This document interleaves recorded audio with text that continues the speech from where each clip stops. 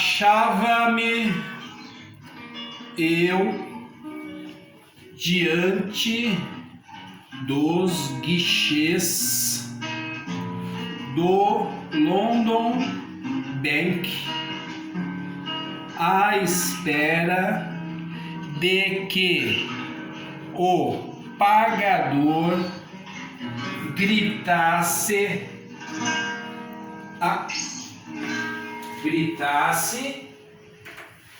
a minha chapa quando vi cochilar num banco ao fundo,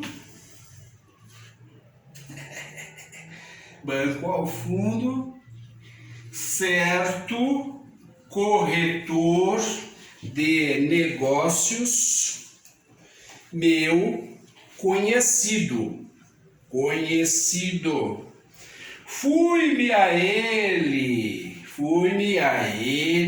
alegre com a possibilidade de entreter o fastio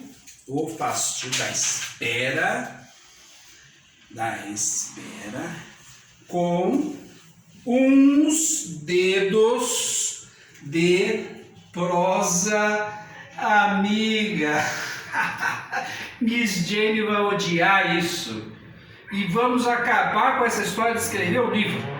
Vamos partir para uma outra história.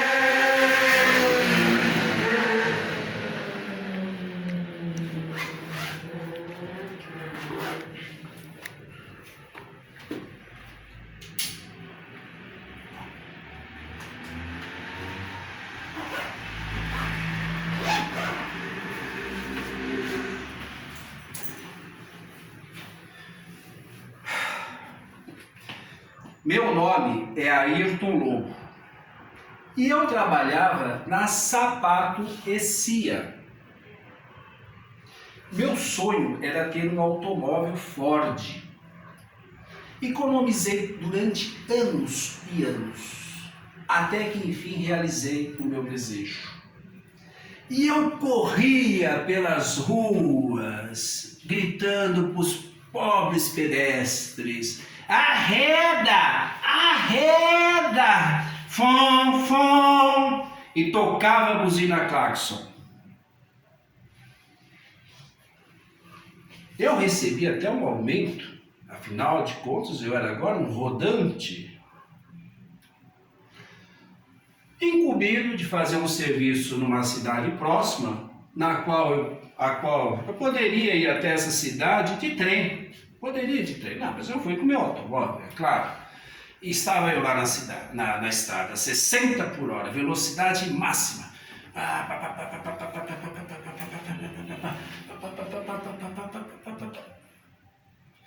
E entretido com a paisagem, me distraí, saí da estrada, destruindo o meu Ford e ainda ferindo o meu braço. Eu fui socorrido pelos assistentes do professor Benson. O professor Benson eu já conhecera de vista, lá no London Bank, lembra aquele meu amigo que eu fui conversar? Pois bem, ele me disse que o professor Benson era riquíssimo. Ele jogava na bolsa de valores e acertava tudo, nunca errava e foi acumulando fortunas. Fui levado ao castelo do professor Benson, que era chamado de castelo, uma casa grande, uma propriedade muito grande, com as matas cercando aquele prédio imenso, e era chamado de castelo porque tinha torres de ferro muito altas. Parecia mesmo um castelo, dando a impressão mesmo de ser um castelo. Bom, neste castelo, obviamente, fui levado ao professor Benson, e lá também conheci a sua filha, Miss Jane. Ah, Miss Jane! Que lindos olhos azuis, que inteligência. Eu logo vi que entre mim e ela havia algo especial. No fundo, depois eu fui entender que ela era minha alma gêmea. Bem, eu fiquei ali por alguns dias, me convalescendo, né, falecendo de ferimento, andando pela propriedade, passeando por ali, conversando com os empregados, nem pensar, porque eles pareciam autômatos mudos, não falavam, agiam como robôs, e apreciava aquele lugar, tal, e cheguei à conclusão de que na Sapato em si eu não teria futuro. Não teria futuro nenhum, porque não tinha perspectiva de melhora, nem de maiores ganhos, nada disso. Então, cheguei ao professor Benson e perguntei: professor Benson, o senhor tem tantos empregados, não poderia me aceitar também, assim, como empregado seu? O professor Benson: não, nem pensar. Eu já tenho tudo que eu preciso, já está encaminhado, mas eu vou fazer coisa melhor. Eu vou fazer de você meu assistente. Assistente, professor? Sim, assistente. Bom, então, sendo assim, ele foi me mostrar as suas invenções, as suas criações, e me apresentou a maior delas, o porviloscópio. Eram salas imensas, né, onde passavam fios, aqueles mostradores, uma parafernália. Eu já conhecia, eu já tinha entrado muito em fábricas, já conhecia equipamentos daquela espécie, mas iguais àquele eu nunca tinha visto mesmo. Era uma coisa diferente, né? Bom, até que chegaram na sala, onde havia de fato ali o tal do porviloscópio, né? O que era o porviloscópio? O porviloscópio era um globo terrestre para o qual estava apontado uma espécie de microscópio, né? E nesse microscópio, através desse microscópio, o professor Benson me explicou que tudo era vibração do éter. E através do que ele chamava de interferente, nós obtínhamos cortes anatômicos do espaço-tempo, podendo assim ver tanto no passado quanto no futuro. Nossa, que coisa incrível, né? Agora estava explicada a fortuna do professor Benson, né? O cara previu o futuro, ele previu o futuro, acertava na bolsa, não tinha como. Bom, de fato, como era de se esperar, o professor Benson morreu. Ele estava muito mal de saúde, morreu. E eu, pobre de mim, tive que voltar para o meu emprego lá na Sapato e Cia. Mas eu não estava feliz, né? Como eu já havia dito. Contudo, Miss Jane, né? Nós já tínhamos feito uma certa amizade, eu já estava lá completamente apaixonado por ela. Miss Jane disse o seguinte para mim: olha, Ayrton Lobo, se você vier aqui todos os domingos, eu vou te contar a história do Jim Roy, do Presidente Negro.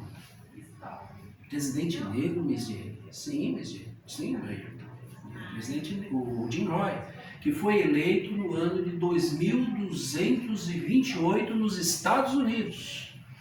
Aliás, para Miss Jane, o mundo se resumia assim: Emerson, o filósofo Emerson, expressava o pensamento americano. E o filósofo Rousseau, a Europa. O mundo para Miss Jane era isso. O resumo era esse. Entre mim e Miss Jane, né, havia uma diferença em relação à eugenia criada por Francis Galton, grande cientista, grande pensador francês, que consistia no seguinte: para ela, o futuro da humanidade estava na raça pura, na pureza da raça. Eu pensava o contrário. Para mim, o mestiço, a mestiçagem seria o ideal. Mas como eu não me considerava uma pessoa muito inteligente, eu lia uma coisinha aqui, outra coisinha ali, mas inteligente igual a Miss Jane não, então eu me rendi ao pensamento dela. E o fato foi esse, domingo após domingo, ela foi me contando a história de Jim Roy. Jim Roy, quem era? O gênio da raça. O chefe da Associação Branca. E naquele pleito, naquela eleição, ele estava competindo com o atual presidente dos Estados Unidos, que era o Kellogg, que era o líder máximo do partido masculino, e também com Miss Astor, que era a líder do partido feminino. A Miss Astor, ela era secundada por uma espécie de guru chamada Miss Elvin. A Miss Elvin, ela tinha uma teoria muito estranha, onde ela dizia que o macho da mulher, o macho da fêmea, não era aquele branco, aquele homem que estava ali naquele momento, né? Era outro que tinha sido substituído por aqueles gorilas, eu chamava de gorilas, chamava os homens de gorilas. Então ela se opunha a ser totalmente avessa aos homens, e isso era muito forte no partido feminino.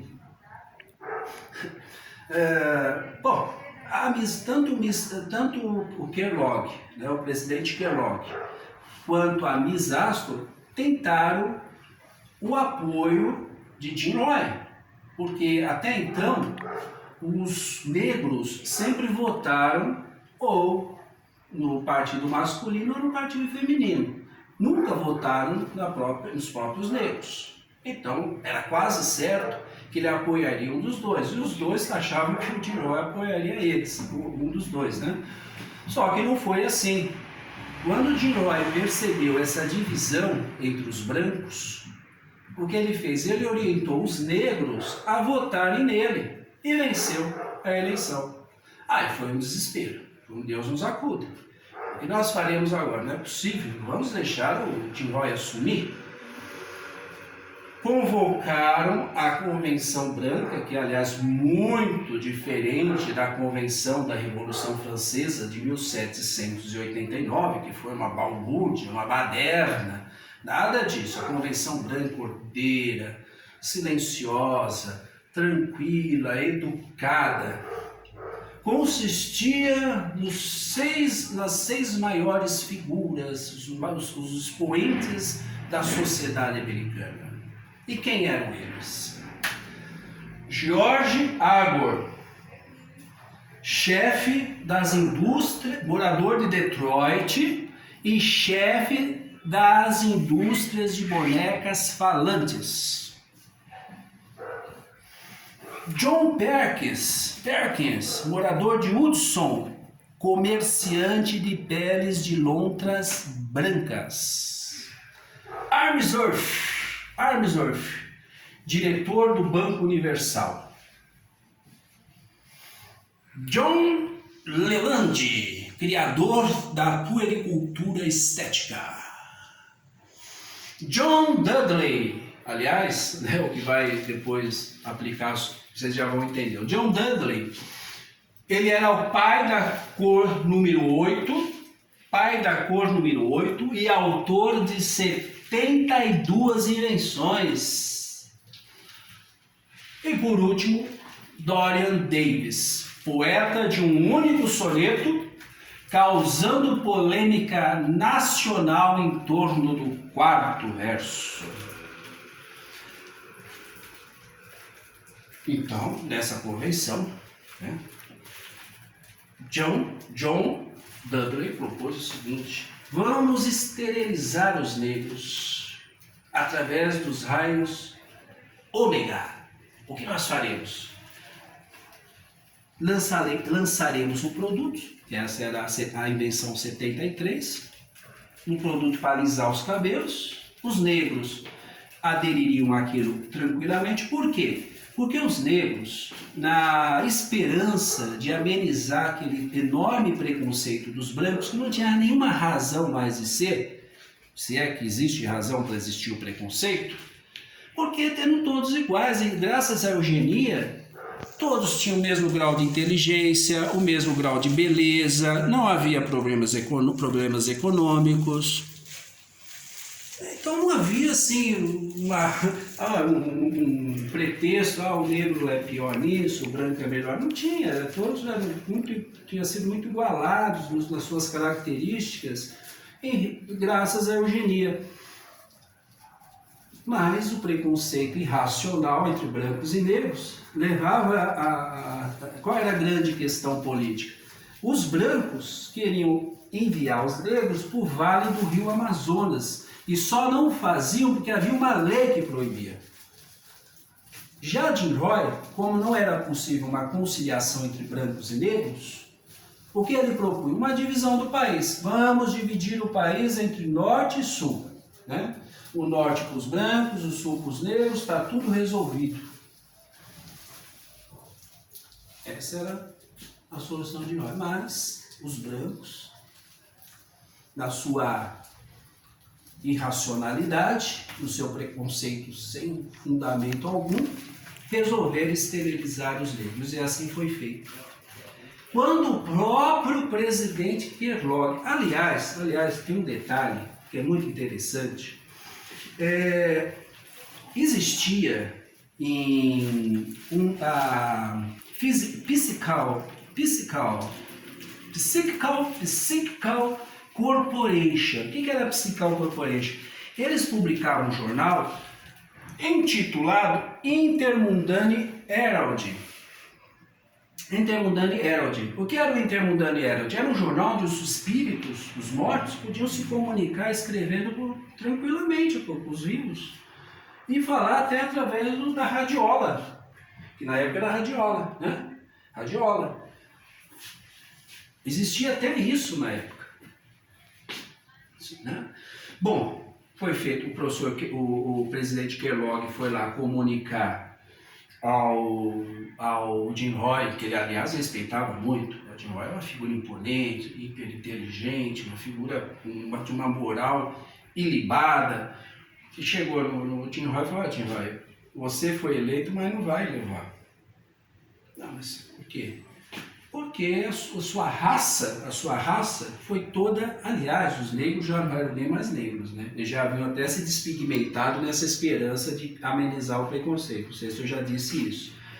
E o alisamento dos cabelos faria que eles ficassem mais parecidos ainda com os brancos, na esperança de tentar melhorar essa relação. Quando o presidente Kellogg comunicou ao Jim Roy que ele havia esterilizado todos os negros, todos, inclusive o próprio Jim Roy alisou os cabelos, ele acabou no dia seguinte morrendo. Né? No dia seguinte se teve a notícia de que ele morreu.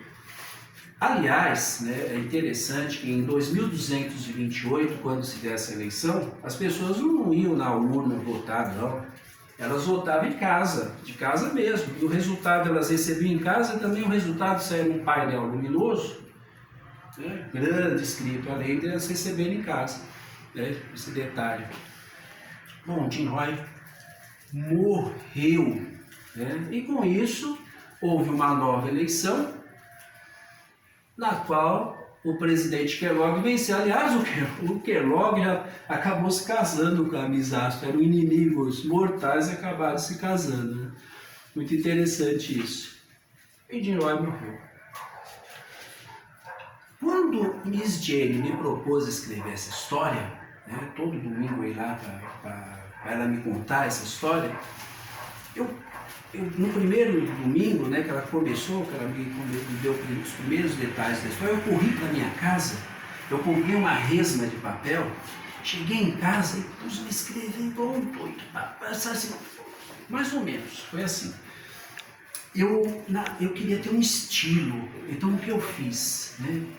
Eu reescrevia, me inspirei naqueles que eu considerava os melhores, né? Falei, não, tem que fazer uma coisa bem caprichada, né? E quando eu escrevi o primeiro capítulo, eu fui todo feliz lá da Miss Jane.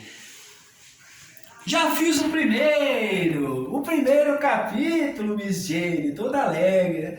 Toda alegre. Aí a Miss Jane veio, abriu ali mesmo, né, o pacote, e olhou e falou, não é bem isso, não é. Eu fiquei triste, né? Porque eu esperava outra coisa. Eu fiquei muito triste. Ela falou, olha, faz o seguinte, vai para casa e refaz o primeiro capítulo. Aí eu fui, naquele domingo, quando eu voltei no domingo próximo, eu não tinha feito coisa alguma. Ela falou, mas cadê aí? Você não refez o capítulo? Ah, Bisdia, vamos esquecer esse negócio de livro, não é para mim, eu não tenho. Imagina, que melindrosos os moços. Lembre-se do meu pai, Ayrton. Quantas vezes ele teve que fazer e refazer a mesma experiência até obter sucesso? Tá bom, Bistia, tá bom. Aí eu fui para casa. Naquele domingo anterior, eu já tinha ido muito chateado. Eu até peguei o capítulo e no trem eu fui rasgando assim, jogando pela janela, assim, o papel, assim, fui jogando. Aí depois fui no outro domingo sem nada nas mãos. Quando ela me disse para insistir, eu falei, vou insistir, só para deixar. Bom, eu cheguei em casa, fiz o seguinte. Eu fui escrevendo de qualquer jeito. Eu achava-me um dia diante dos guichês, não sei o que, não sei o que. Ela vai esquecer disso aí, a gente acaba com essa história. Quando eu cheguei, e aí, cadê o... Ah, tá aqui, Bistia. Ela pegou, ela começou a ler. Achava-me um dia diante dos guichês. Mas que coisa maravilhosa, Ayrton. Eu fiquei assim, olhando para ela, né? Ingênuo, espontâneo, errado, tá até errado, mas você criou coisas incríveis aqui, literárias, maravilhoso, Ayrton. Eu fiquei assim, pois gênio, você faz isso com o pobre Ayrtinho,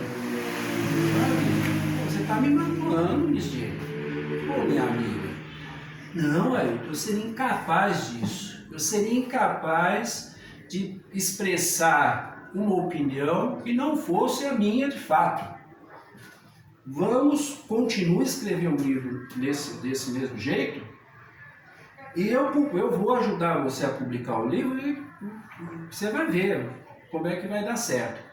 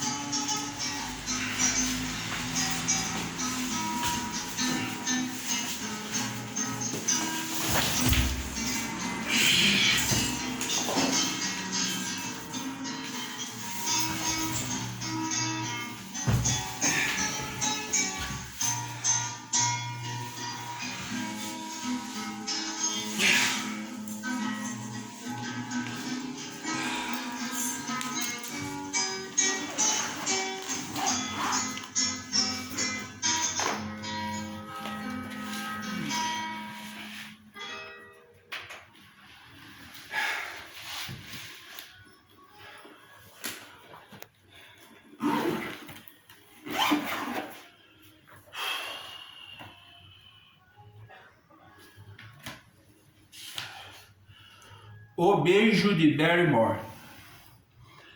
O desfecho do drama racial da América comoveu-me profundamente.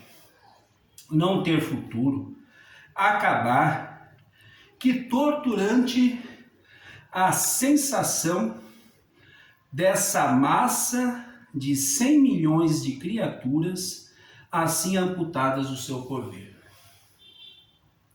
Por outro lado, que maravilhoso surto não ia ter na América o homem branco a expandir-se libérrimo na sua Canaã prodigiosa. Se somos, se existimos, se apesar de todos os males da vida, tanto a ela nos apegamos, é que no íntimo do nosso ser A voz da persistência da espécie nos ampara. A meio da vida de cada criatura, já é a prole o que lhe dá coragem de viver até o fim. O celibatário, ser que vale por triste ponto final, sente-se um corpo estranho no tumulto biológico, quase um amaldiçoado. Que dizer de um povo inteiro assim amputado da sua descendência? A ver-se envelhecer sem um choro de criança que o faça pensar no amanhã. Dia final, dia já em crepúsculo rápido, para uma noite eterna.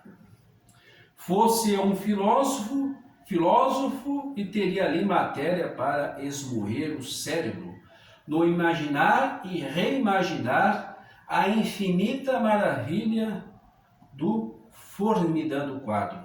Mas não era filósofo. Quem ama não filosofa, apenas suspira, e eu suspirava de comover penedos. Jane, Jane, Jane. Bom, se vocês quiserem saber o final da história, compre o meu livro. Compre o meu livro lá fora, lá na fila de autógrafos. Deixa eu aumentar aqui.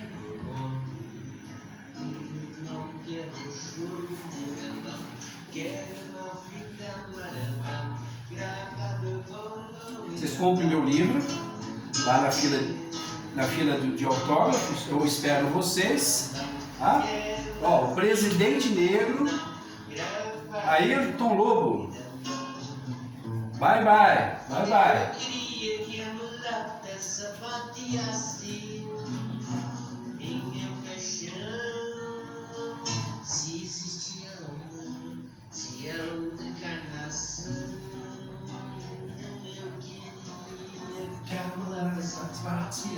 O meu caixão. Compre o meu livro. Quero choro nem vela, quero uma fita amarela gravada com o nome dela. Quando eu morrer, compre o meu livro. Bye bye. Quero uma fita amarela.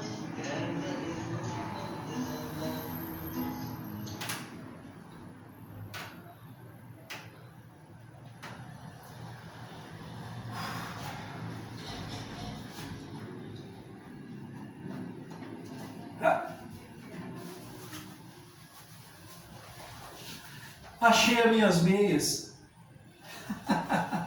Achei.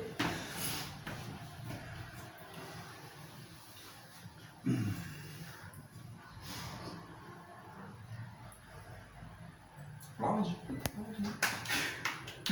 Tá onde, obrigado.